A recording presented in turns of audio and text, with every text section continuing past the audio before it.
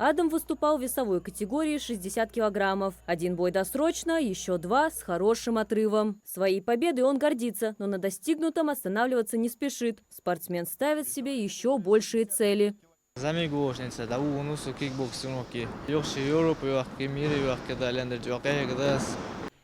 В детско-юношеской спортивной школе села Далаково Адам Акиев занимается порядка 10 лет. За эти годы он успел стать действительно профессиональным спортсменом. Это юноша и доказал на прошедшем Кубке мира, где получил 2 золота в кикбоксинге и ингушской национальной дисциплине шот-санлат. Кубок мира чакар, кой соперник рекорд.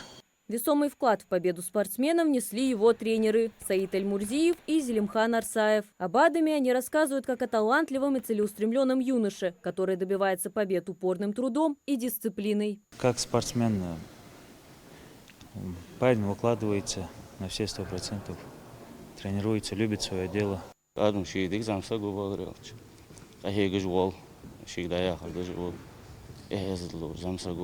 Адам посвящает тренировкам много времени, занимаясь практически каждый день на протяжении уже долгих лет. Подготовка к соревнованиям заняла несколько месяцев. Упор старались сделать на отработку технической части.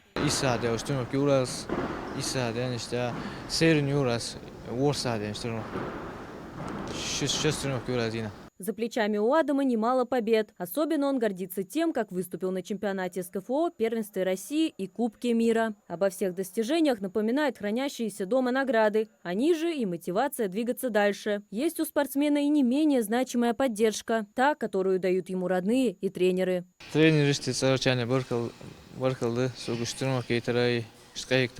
Директор детско-юношеской спортивной школы Далаково считает, победа Адама очень значима для села. Небольшой тренерский состав, но ответственно подходящий к делу. И юные спортсмены, которые своими победами это доказывают. Адам и несколько других детей, которые повзрослее, они подают большие надежды.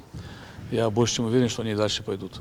Сборная Ингушетии выступала на Кубке мира под руководством президента Федерации шот-санлат Магомед-Гирея Сукиева. Всего 19 атлетов и мастеров единоборств разного возраста. Результаты выступлений сборной впечатляют. 32 медали, из которых 4 золотых и 6 бронзовых в кикбоксинге, а также 14 золотых, 4 серебряных и 4 бронзовых в шот-санлат. Есть и другое достижение. Впервые ингушское боевое искусство шот-санлат было представлено на таком высоком международном уровне. Марьям Акиева, Сулейман Костоев, Магаз 24.